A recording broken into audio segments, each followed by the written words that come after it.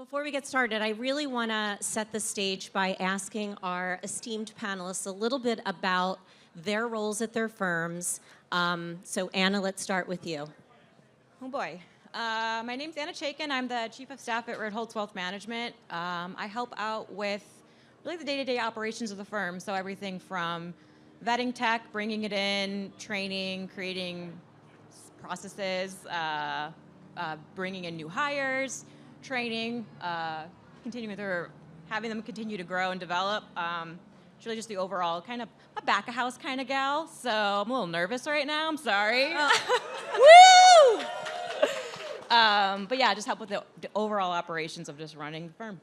I love that you just said I'm a little nervous right now because let's be honest, almost everyone that gets up on one of these stages is a little nervous. I don't care how long you've been doing it. So kudos to you. I will also say Josh Brown just stopped backstage and basically said Anna runs the business so that he can be on CNBC and coming up with event ideas and doing all kinds of cool things. So congratulations on all your success. I can't wait to hear what you have to say today. And then Kate Healy, been in the industry a long time. You have had several different roles that play to this next-gen talent conversation. You now have your own consulting firm. Tell us a little bit about what you're doing now, Kate. Yeah, awesome. So it's so awesome to be here. So I started Advocate IQ actually last year at Future Proof is when I launched it, really just helping firms with their growth strategy. A lot of that actually is about next gen, not just the talent, but what are the clients like and what does that mean for your business and your operations and what kind of services you offer. So it's been great to take the 35 plus years of experience in wealth management of all different types of firms, right? You know, many people know me from TD Ameritrade, big firm, right? But I've worked in firms as small as 8 people. So having that kind of background to how you can build your dream team is really going to be exciting, and I'm excited to talk about it today with you, Suzanne. That's great. And we are going to address whether you're a large firm or a small firm, because sometimes you hear a lot of these discussions and they're really focused in on firms that have 50 plus employees. So we're going to really try and address what you can do both from a small firm and a large firm perspective. And what I always think is interesting is when this is all about hiring and building a scalable dream team, and people want to go right into solution mode. All right, what do I need to do to hire next-gen talent? What do I need to hire a great ops person, et cetera, et cetera?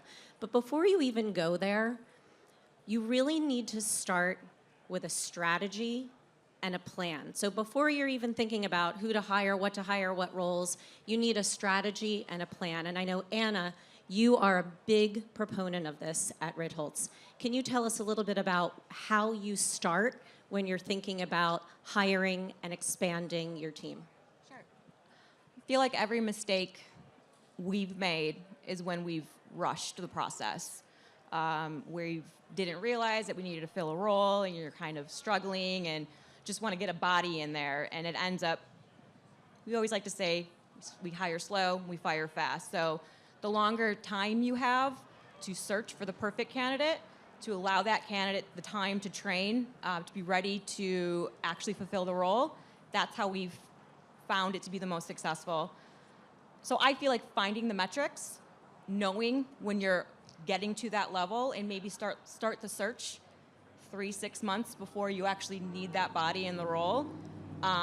Because it's not just about getting the person through the front door. There's still going to be training done, right? And you don't want to stretch your team. That's going to help get that person ready to start taking on work. So I'd say the more time you have, the more planning you have, getting the data ready and being aware of it, talking to your team, knowing how work's going, if they're stretched too thin, and starting the process off slowly. So I want to ask the audience a question. How many of you do an annual business strategy meeting every year to plan for the next year? Raise your hand, don't be shy. Okay, so about 30%. From my experience, I think that it's one of the most important things to do. And it's hard because it's not immediately revenue producing. You're not immediately seeing the results. But to have that kind of strategy meeting, end of year with your team, will allow you to really think about the areas that you want to grow and will allow you to think about what roles you need in order to fill the need that you have to meet your mission and goals for the next year. So I would say one critical bit of advice is kudos to those that raised their hand. If you haven't planned on doing it, I would suggest that that's one thing that you really put into place for moving forward. Kate, what about you? You've worked with so many advisors in your day. What have you seen to be really effective when really putting a plan together? Well, to your point, Suzanne, right? It's that biannual, quarterly review of the plan, because the plan is always going to change. You know, I've worked at firms where we've created a 10-year plan, and then it's sat on a shelf. Like, we don't know what the world. 10 years ago, none of us would have imagined we'd be at a conference that was outside at the beach, for sure. But it is so important to do that planning, and it should be based on what's your company mission, because that's really going to drive what your strategic plan is. You know, I talk to firms all the time, and they're like, we need to hire this position. Why? How does that fit into the plan? Are you a service-oriented organization? Do you have enough service people? Maybe you shouldn't be hiring a marketing person over here because you need to shore up the service team. It has to align to your mission. And then all the time I talk to clients, the org chart, you have to figure out what your org chart is functionally. Don't put people's names into it until you know what functions you need, because we're all human. And there's people we like and people we don't like, and it's so impossible to do that the right way when you have people's names in it. And oftentimes, I promise you, 90% of the people are still going to be on that chart. They may be in different roles, but it's so important to figure that out first, and then figure out who is that right talent that you want to bring in, because then that's going to start to drive all of your hiring strategies. To your point, Anna, right? You need to start planning when you're at 70% capacity, because who's going to train that person? The worst thing you can do with next-gen talent is bring them in your door and go, okay, you started, but I'm not going to be around for the next 6 months, or I'm taking a sabbatical, or, you know, I don't even know how to do this, but you figure it out, right? They want that development. They want someone to help guide them, not do the work, but just show them what they're doing and how it relates to the business strategy and the mission that the company has. That's so important. I think that you said a couple of really, really important things there, including the training piece. A lot of times, and this industry isn't very good at training our advisors or having training programs for our advisors, and it's hard when you first come into a new firm, and you need to learn all the operations, you need to learn how things work, you need to navigate the firm itself, and so really building in that time that you need with that plan and referring back to it is going to, I think, save firm leaders, owners, managers a ton of time and a lot of mistakes that are made in that process. So thanks for that, you guys. One question I hear so often in our great profession is firm owners are really struggling to figure out where to hire next-gen talent, especially from marginalized communities. And so what are some effective ways that you both have seen where you're not just taking somebody from one firm and going to another, but really bringing in new people into this profession? This is a great profession, as you all know. What are some ways that you've seen work to really increase a new pipeline of talent? Kate, could we start with you? Sure. I mean, honestly, if you don't have relationships with colleges and universities, right, you have to be recruiting, but not just recruiting. You want to be, and I know we'll talk about being an employer of choice, you need to showcase your value when you go there. So forming relationships with the schools and universities, that's like table stakes now. Many conferences bring students there. That's your intern talent pool, right? You start hiring them, and then here's the secret. Once they've been there a year, you turn the program over to them, and you've created a flywheel to help you bring in that next-gen talent. Because next-gen is attracted to people who are 3 years older than them, not me. But it's talking about the mission of what we do. There is no, I mean, we're not saving lives, but other than that, we're making people's lives better. I met a young woman here last night who studied engineering, worked at an engineering firm for 2 years, and got exposed to financial planning. And she is the happiest she's ever been. She is working in this profession and is so excited. And I said to her, can you please just tell all your friends? Because we are the worst known secret for the best job. And we have this, you know, what do you see? You see Billions, you see, you know, Wolf of Wall Street, you see all that. So changing that perception, but really being mindful about where you find talent, opening up where you go. When you hire someone, you don't just hand it off to HR and it's their job to hire. As the hiring manager, you have to be involved in that process and know where you want the people from. If you want people who are going to be really good digitally, maybe you look at schools that focused on that, or organizations that focus on that, or go to conferences that focus on that. Look at schools that are MSI, minority serving institutions, HBCUs, if you're looking for different talent pool. There are a lot of resources already out there. Go to the CFP board site. There's like tons of lists of every school that has a financial planning program if you're looking for financial planning. If not, go to schools that have fintech programs, computer science. A lot of what we do now is so different. We talk a lot about hiring the financial advisor, but our firms, as they're growing, we need all professions. We need the marketers, we need the traders, we need the fintechs, we need all of these people that are going to mine it. We just have to start looking much broader to create that. And then I met someone yesterday too. This is her first conference she's ever been to, and I said, "Oh my God, I'm so sorry for you," because none of them are going to be like this ever again. But bringing them to something like this is making them say, "This is a fun business." And the other conferences are fun. I know, I ran them. They're fun inside too, but they're funner outside. So really creating the insight into this, everyone should have an intern program. It's going to cost you $10,000 a year to have an intern.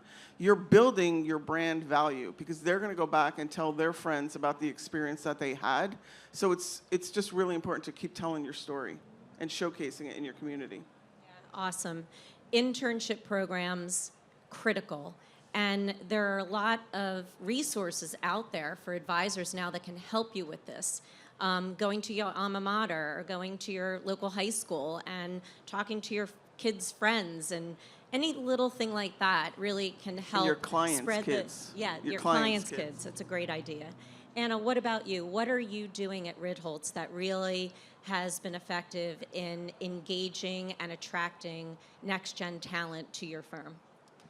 Well, we're really lucky that we have a pretty big content platform on YouTube, on all podcasts, everything. We have blogs, and that helps us attract a lot of talent, whether it be next gen or people that have been in the industry for a long time. So we're really lucky in that sense. We've posted jobs on Animal Spirits and other platforms because we want to give opportunity to the fans of our content, the opportunity to work for our company first. So that's been a really creative and effective way to let people know about it outside of just LinkedIn and other job posts. We also have I have a very good relationship with a professor who runs a wealth management program at a university.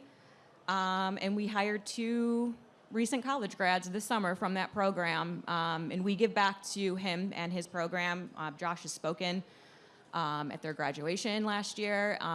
He understands us, he understands our culture, he understands what we're looking for, and we want to continue to develop and grow that relationship. So I also think it's important that it's not just about bringing in people. Again, it's about continued development and growth, letting them mentor with people that have been experienced within our firm, knowing what their path is, and allowing them to continue to grow and develop.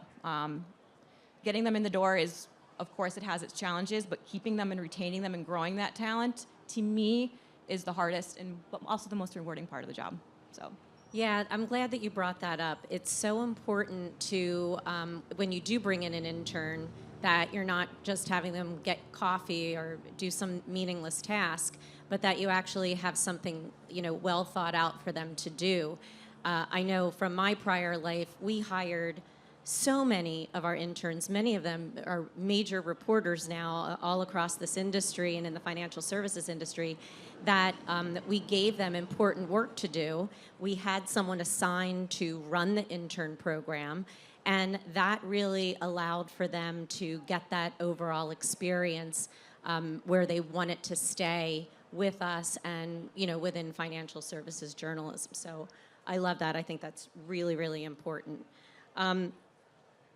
One thing, I did want to mention, so there are resources, as Kate mentioned, the CFP board has their registered programs, all the different schools that have programs for those that are going to study financial planning as a major. and you can really reach out to some of the university professors to look for internships. Another resource, if you haven't heard of it, it's called the Externship. And it's started by a financial planner named Hannah Moore. And basically, she started it during COVID as a replacement for in-person internships. It's an 8-week immersive digital course of everything you need to know about becoming a financial advisor, but we're afraid to ask. This year, the program just concluded, it's during the summer, 1,200 people registered, a mix of next-gen talent and career changers. Of that 1,200, 700 completed.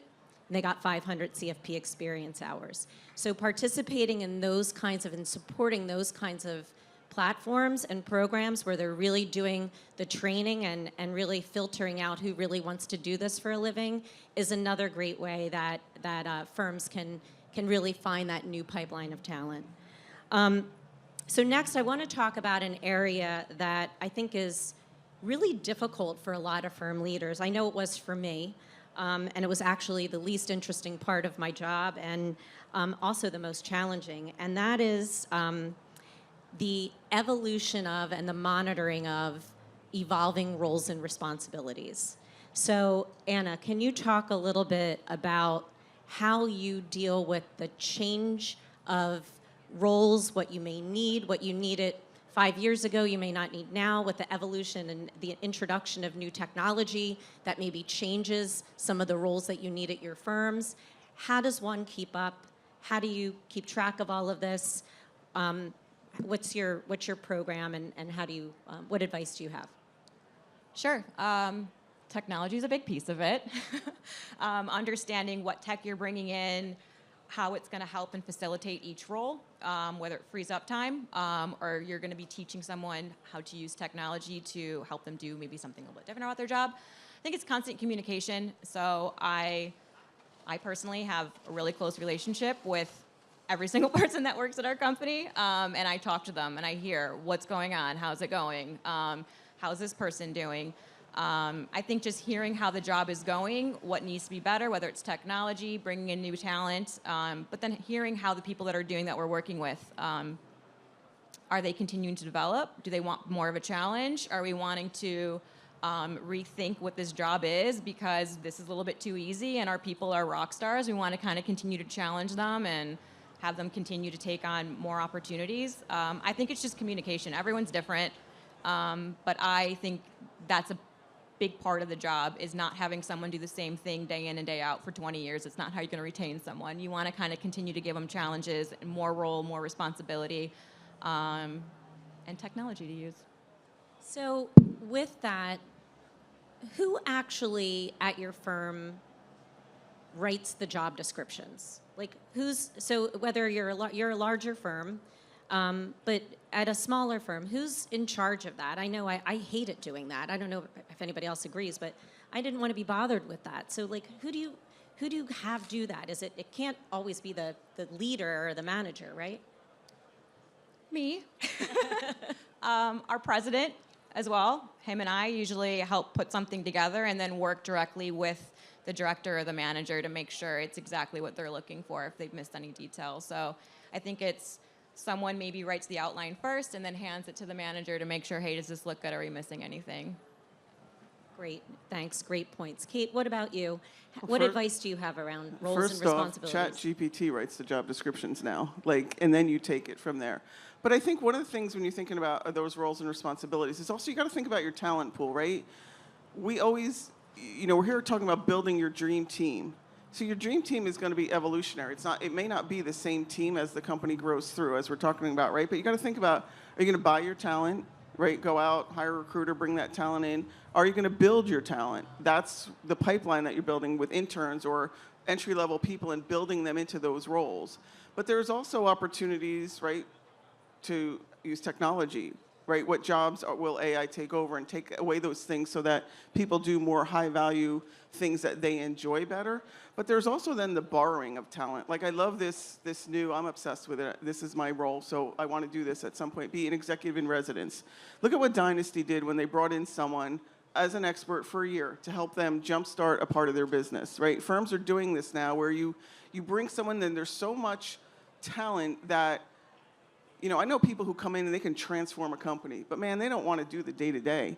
So you bring them in for a year or two, and they're helping you figure out maybe what are the right roles that you have. Maybe it's that. And these aren't just consultants. These are people that are coming in working with the firm.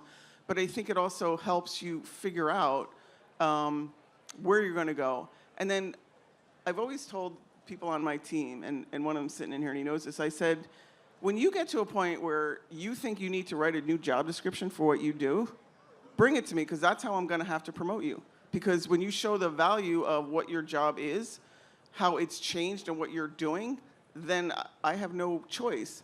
But then don't come to me without telling me who you think your successor could be. I joined a firm once, and within 2 weeks, I was asked who my successor was. And I was like, they don't work here yet. And I spent the next 6 months finding that person that would be my successor.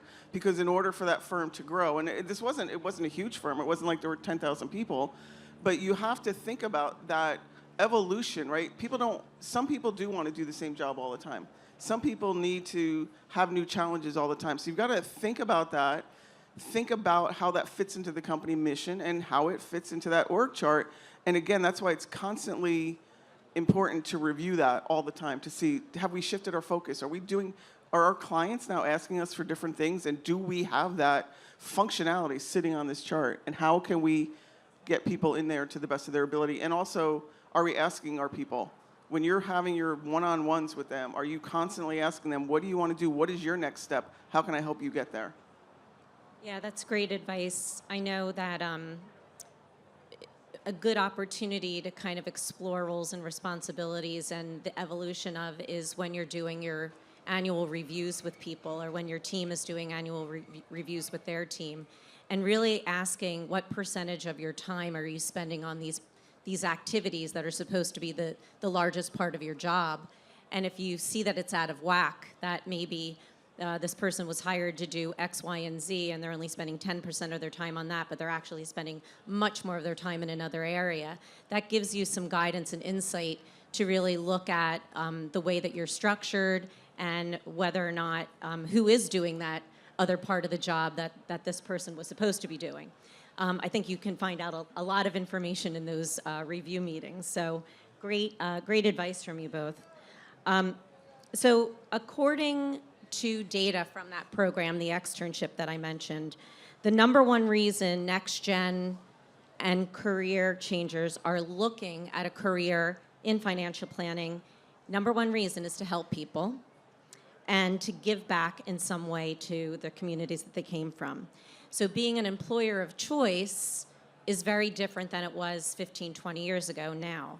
So how do firms best set themselves up for being an employer of choice and really have a culture that's going to attract the next generation of top talent? So Anna, let's start with you. I know that you've done a fantastic job of really setting the Ritholtz culture, right? We were just talking about this backstage. I think that when you are a team of 5 people, it's really easy to understand and know what the firm's core values are. As you continue to grow and scale, you take that team of 5 and now you have 100 people.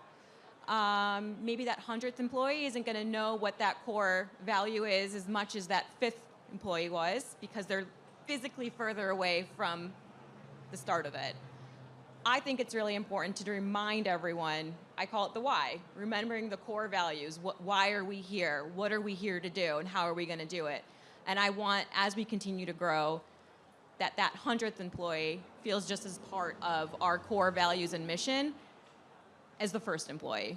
I feel like the more and more you grow, the easier it is to kind of lose sight of that. And it's our job to remind everyone daily why we're here, give you real joy in what you're doing, and understanding what our core mission is. I think that's a really, really important point of, again, going back to that planning of having your mission and vision written out so that you and your team can clearly articulate who you are and what you're looking to accomplish to future talent. And without having that as a blueprint, I think you're leaving things on the table to really set yourself best up for attracting the next generation. What they're looking for is very, very different, and many of you are here, than when Kate and I came into this business. So if you're of the generation of Kate and I, you really do need to, I think, involve some next-gen talent leaders to evolve your strategy and to make sure that they have a seat at the table when you're thinking about your culture and your mission and your vision. So Kate, what are your thoughts around this?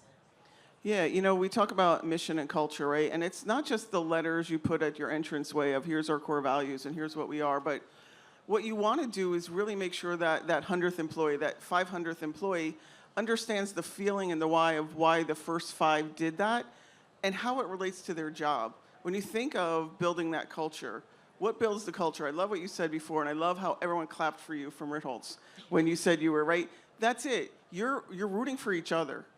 And so you're building that engagement, and then you know that the people that you work with care for you so that you can care for your clients, right? Again, we work in this great profession where we're helping people build better lives. That has to go through with the culture of our companies. And so making sure that you are communicating not just the values of the company, but the goals of the company and how those goals roll down into my role, whatever my role is. I want to know that I am adding value to the company, right? That makes me feel like I'm a valued person. When I can see how what I do affects the firm or affects a client, then I'm going to be engaged. When I know that my manager is sitting in my, my one-on-one or my quarterly or annual review and asking me questions about me and my life, how you just said like, how you doing? How you doing? What's that? That means something to me. And the more you grow, the more important individual middle-level managers become to creating that engagement and that culture. And as a firm, especially as you get into larger firms, that's the people we ignore the most to our detriment. The leaders get it. We tell everyone when they're coming in, and then we let them sit there for 10 years. And then like, well, do we have to tell you again? We don't always engage them as much. But that's how you're creating that firm value, that engagement of getting people to understand how they're contributing to the mission. Maybe they're equity owners. Maybe they're not. Maybe they don't need to be. I heard them talk about that earlier this morning, right? Not everyone needs to be an equity owner, but there's ways that you can make them feel they're part of the company, whether it's through profit sharing or, I know I've worked at firms where everyone got one share of stock, just so everyone could be an owner. I love that. Yeah, there was a great panel earlier, and Shannon Spotswood made the point, there's a generation of firm owners that were grinders. They spent a lot of time working 24/7 to build the business that they have. Next generation, they want work-life balance. And so your culture really needs to be reflective of that. So I think that's really, really important. So we only have a few minutes left. And before I ask our panelists for their top takeaway, bit of advice for everybody listening, is there a question or two from the audience that is burning that you'd like to get out? No questions? Anyone? Nobody's brave? Okay, I love it. Thank you. It's not a question, it's a statement. We don't give them stock, but we give them phantom stock because we don't want them to be legal shareholders, but we want them to feel like an owner. Okay, So they get compensated, and if they leave on good terms, That's great. they get capital out. that's great. Great. Anyone else before I go into, okay. Another question right here. Thank you. Hi. When you have a couple of founders who have big personalities and the firm starts out as being very tied to their personality, how do you make that transition to a firm that stands on its own in complementing those personalities? I love it because what you see is what you get, right? Our founders, what they say publicly is exactly who they are personally. And I think what a great way to understand us and who we are as well, because they represent it. I like to say that we take our jobs incredibly seriously, but we don't take ourselves very seriously. And I think that our founders publicly represent us, and I'm really proud of it. And I love it. I think it is our culture. Great. Kate, do you have any insight onto that? No, she answered that great, I think. Yeah. Honestly, because you do see, like, I've worked for firms where no one even knows who the founder was. I didn't know the founder, So you have to create that opportunity, keep that culture, but the being authentic and being straight shooters, I think to me, that's the environment I want to work in. I'm an adult. I'm not going to cry if you tell me something bad or tell me to stop doing something. Okay, just treat me like an adult. Love it. Great advice. So, what is your one top takeaway that you'd like to leave the audience with today? Kate, let's start with you. Always be hiring. Always be looking for that next talent. Maybe you can't hire them today, but find those great people while non-competes, I'm sure, but around you, right? Find people where you are and keep in touch with them. Because when you do have that position, you're going to be like, oh my gosh, that person is perfect for it. So always be cultivating talent wherever you go. Correct. 100% agree. I also want to say, again, hire slow, fire fast. You only want to bring on A players to your team. If you bring on a B or a C player, and you have A players that are already on your team, you're going to bring them down. So it's important to recognize and to be careful to only bring on those A players. Love both of those. My last bit of advice is if you're a leader, know your weaknesses. Hello? Know your weaknesses. It's not a form of weakness to admit what you're not good at. And so if you're not good at certain things, make sure you have an amazing number two, amazing partner that can do those things instead. I don't know why it keeps going off. That can do those things instead. And really take a good hard look at yourself as the leader to make sure that you've got somebody that can fill your blind spots. That would be my top takeaway. We will be around for a couple of minutes if anybody has any questions. This is, I know, like maybe one of the most important topics out there. So appreciate your attention. Thank you both. You gave amazing insights. You did amazing, and I can't wait to see you on more panels. Thanks, everyone.